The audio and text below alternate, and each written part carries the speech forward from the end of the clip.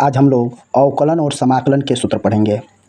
अवकलन अवकलन अवकलन समाकलन के सूत्र पढ़ेंगे। तो ये चलते हैं, हम अवकलज के सूत्र लिखते हैं। तो यहाँ पर अवकलज के सूत्र होगा क्या, जैसे कि हम लोग यहाँ पे देखेंगे कि डी डी एक्स, अगर यहाँ करके लिखा है डी डी एक्स और यहाँ पर लिख दिया है एक्स के पावर यन, तो इसका अवकलन करते हैं तो ये यन पहले आ जाता है, तो यन पहले आ जाएगा और इसमें से एक कम हो जाता है। इस प्रकार से हम अवकलन कर लेते हैं। अगर यही चीज़ अगर हम यहाँ पर लिख देते हैं कि डी डी एक्स और एक्स है तो इस पर पावर एक है, तो यहाँ पर अगर हम कर देते हैं तो ये एक पहले आ जाएगा और इसमें से एक कम हो जाएगा, तो ये जीरो हो जाएगा जिसका मान एक होता है। तो यानी डी डी एक्स का मान एक हो गया है। इसके बाद से अगर हम आगे बात करते हैं, जैसे कि डी डी एक्स अगर लाग एक्स आ जाए तो इस लाग एक्स का जो है कि अवकलन जो है 1/x होता है। तो यहाँ D d x log x का 1/x हो गया। और यही चीज़ अगर डी डी एक्स जो है ई एक्स आ जाए तो इसका जो है कि नो चेंज होता है, ई एक्स आएगा। इसी तरह से जो है कि हम यहाँ पर डी डी एक्स और ए पावर एक्स आ जाए तो इसका होता है कि ए की पावर एक्स अपान में लॉग ई बेस ए होता है। अगर हम यहाँ बात करें, ये तो मेरा ई एक्स हो गया। अगर ये हम बात करें कि अगर डी डी एक्स मेरा ट्रिग्नोमेट्री में अगर साइन एक्स आ जाए तो इसका होता है कॉस एक्स होता है। और यही अगर डी डी एक्स अगर कॉस एक्स आ जाए कॉस एक्स, तो इसका होता है माइनस साइन एक्स। तो ये हो जाएगा आपका कॉस एक्स का माइनस साइन एक्स, तो यहाँ पर हो जाएगा माइनस साइन एक्स। और इस तरह से आपका जो है कि डी डी एक्स आ जाए tan एक्स, तो आपका होता है सेक स्क्वायर एक्स। इस प्रकार से अगर आपके पास डी डी एक्स आ जाए और यहाँ पर आपको सेक एक्स दे दें सेक एक्स, तो ये होता है सेक एक्स tan एक्स होता है। इस तरह से आपका डी डी एक्स अगर यहाँ पे आ जाए कोसेक एक्स,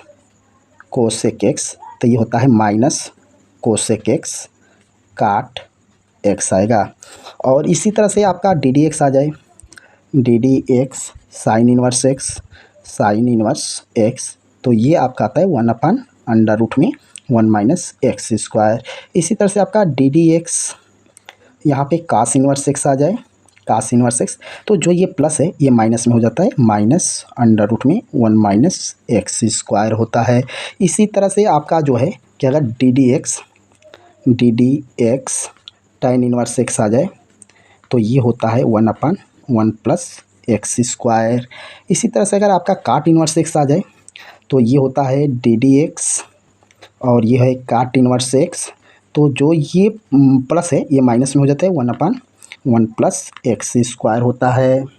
और इसी तरह से जो है कि आपका डी डी एक्स और यहाँ पे सेक इनवर्स आ जाए सेक इनवर्स एक्स, तो ये आपका आ जाता है 1/x रूट में आपका एक्स स्क्वायर -1 आता है। और इसी तरह से अगर डी डी एक्स आपका कोसेक इनवर्स एक्स आ जाता है कोसेक इनवर्स एक्स, तो जो आपका प्लस है यही माइनस हो जाता है और माइनस होके एक्स अंडर रूट में एक्स स्क्वायर -1 आ जाता है।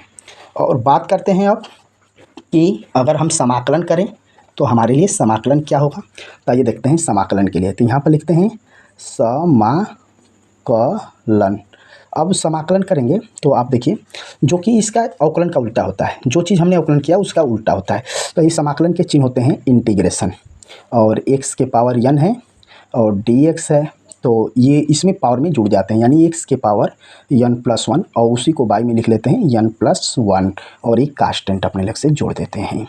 बात करते हैं जो ये 1 है तो इंटीग्रेशन, इसको इंटीग्रेशन कहते हैं 1 dx, तो इसका मान होता है x और अपनी तरफ से कांस्टेंट जोड़ते हैं c जो है समाकलन कांस्टेंट है। और इसके बाद से इंटीग्रेशन जो है अगर 1/x की करें, मतलब इसका उल्टा करते हैं तो ये जो है कि log x हो जाता है, log x और प्लस में लगा देते हैं c। इसी तरह से इंटीग्रेशन जो है कि हम एक्स डी एक्स, तो ये नो चेंज होता है एक्स और कांस्टेंट जोड़ते हैं c। इसी तरह से इंटीग्रेशन हम a की पावर x डी एक्स करें तो ये होता है a की पावर x बाई में log a और प्लस में कांस्टेंट जोड़ देते हैं c। और इसी प्रकार से हम अगर यहाँ पे cos x की बात करें तो यहाँ पे cos x और dx की बात करें तो cos x dx का ये जो होता है तो ये होता है मेरा sin x और लगते हैं c। इसी प्रकार से अगर हम sin x की बात करें तो यहाँ पे sin x और dx की बात करें तो sin का हो जाता है माइनस cos x प्लस में जोड़ देते हैं c। इसी तरह से हम आगे बात करते हैं अगर sec स्क्वायर x की तो यहाँ पर लिखते हैं sec स्क्वायर x dx का ये मान आता है आपका tan x प्लस c। इसी तरह से आपका इंटीग्रेशन जो है sec x tan x और dx की बात करें तो ये आपका आता है sec x और कांस्टेंट जोड़ते हैं c। इसी तरह से जो है कि हम आगे बात करते हैं इंटीग्रेशन और ये cosec x और काट x की तो ये माइनस में होता है आपका cosec x होता है। अब तो हम यहाँ तक cosec x में और कांस्टेंट हम जोड़ लेते हैं प्लस c। इसके बाद से अगर हम बात करते हैं इंटीग्रेशन 1/रूट में 1 माइनस x स्क्वायर dx का तो ये होता है आपका sine inverse x plus c। इस तरह से हम अगर आगे बात करते हैं कि अगर इंटीग्रेशन 1 और यहाँ पे माइनस लग जाएगा और रूट में 1 माइनस x स्क्वायर और dx तो ये हो जाता है कास इनवर्स x प्लस c। इस तरह से आगे आ जाता है integration 1/1 plus x square dx तो ये आपका आ जाता है tan inverse x plus c का। इसी प्रकार से आपका ये प्लस जो है माइनस में आ जाता है कि -1/1 प्लस x स्क्वायर dx तो ये आपका जो है कि काट में चेंज हो जाता है काट इनवर्स x और प्लस c में। इस प्रकार से अगर हम बात करें इंटीग्रेशन 1/x अंडर रूट में x स्क्वायर -1 dx तो ये आपका आ जाता है sec inverse x plus c में।